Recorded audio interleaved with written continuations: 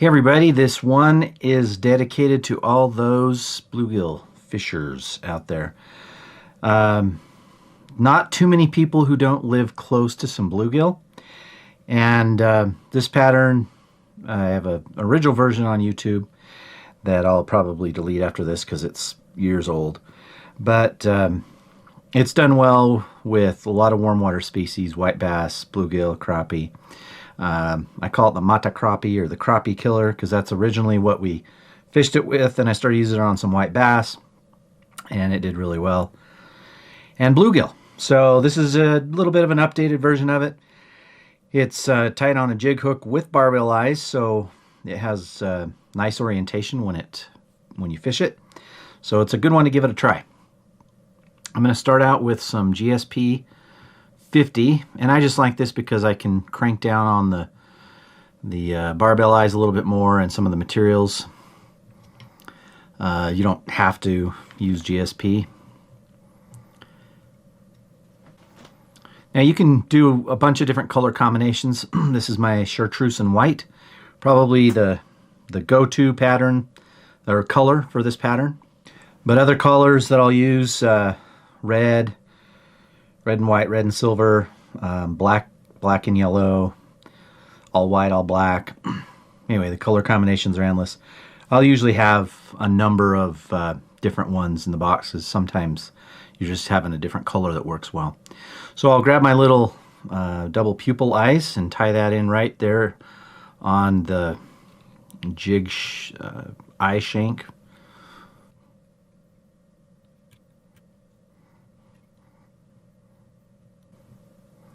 And one of the secrets to getting this to stay on there well is you do your normal cross wraps, but then you come in and do some horizontal wraps around the thread base.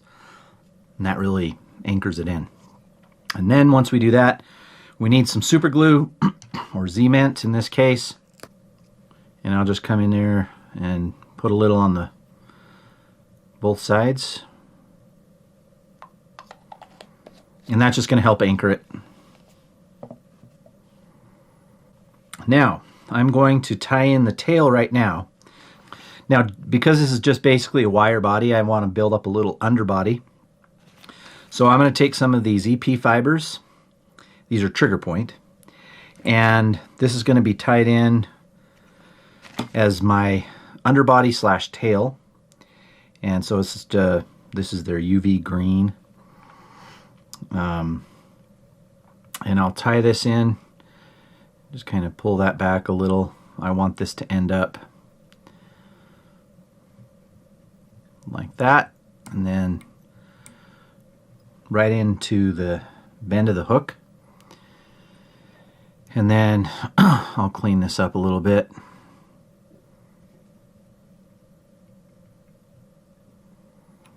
And then sometimes I'll just give a couple of wraps underneath like that and just kind of props it up. And then I want this to be about body length. So like that. Now the calling card for this pattern is the wire technique.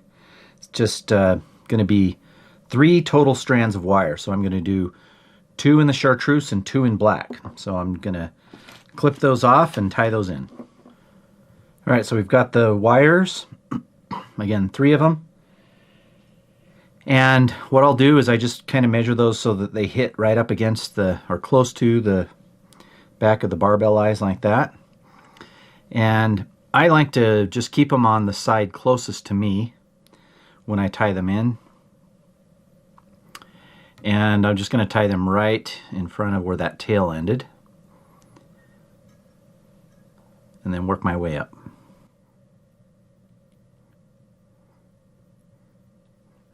All right, now we've got those wires tied in. This is where you need to either make sure you've got a hefty base on your vise or a C-clamp, because we're going to really crank the wraps here. We need to hold tight tension and wrap so that these wire wraps are smooth. Otherwise the fish won't eat it because they watch those wire wraps. But it still looks cleaner. So what I'll do is I just give it the first wrap and hold it tight and then I'm just going to use my rotary feature and holding with a lot of pressure, wrap forward.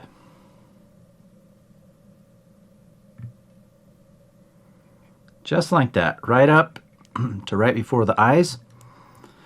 And another reason that I use this GSP, it's going to be a little stronger, can help tie these in.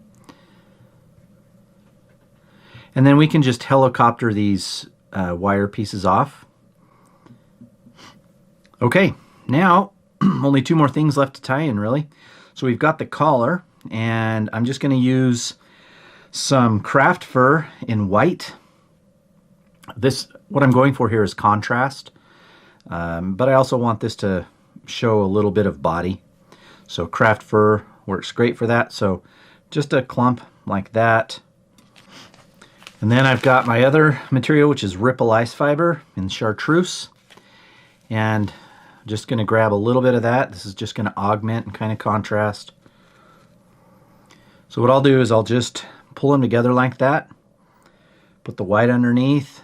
And we're going to trim this up. So I'll go ahead and tie this in.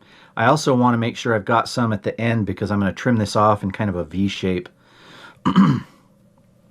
But I'll lay that down right in front of the eye, behind those beads. And a couple loose wraps. And then I'll really crank down on that. So I just want that to be super, super secure. Now I'll come in here and I want to trim this off about the length of it where it would come to the end of the hook. So just like that. So if that were laying flat, it's going to be about equal with that end. And then I'm going to come in here and hold these other pieces up.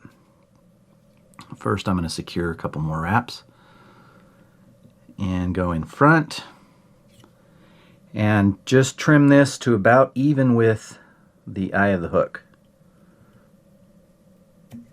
Like that. Okay, then once that's tied in and secure, we'll flip this upside down / upright, and we're going to tie in the rubber legs. And these are just some Grizzly flutter legs.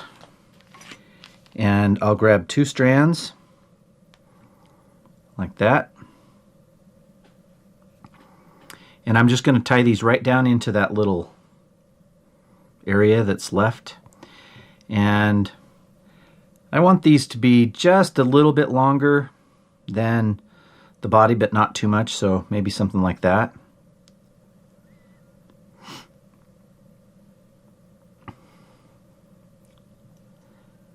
And I'll just come over the top with kind of a soft couple of wraps, and then we can adjust these as needed. I kind of want to spread them out. Kind of looks like that. And then just checking my length. That's pretty good. And now I'll measure these ones to be about the same. Cut that off.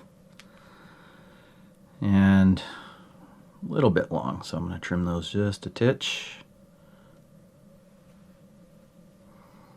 There we go.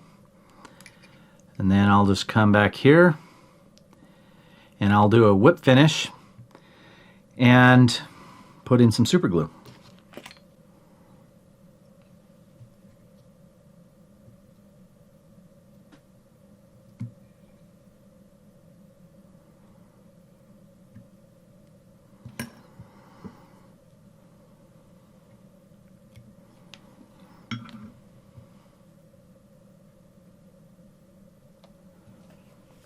And I'll just put a dab of super glue.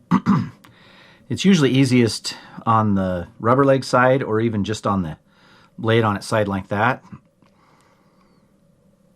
And then just a little dab right back in there. And that'll go around, kind of strengthen the thread and set those rubber legs in place.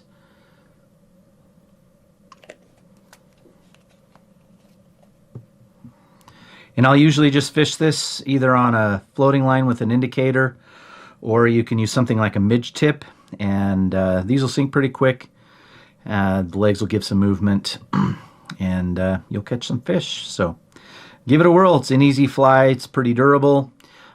You can also put the Loon, UV clear, fluorescing on the body kind of gives it a little bit more of that UV awesome juice that can make a difference sometimes. So give it a try.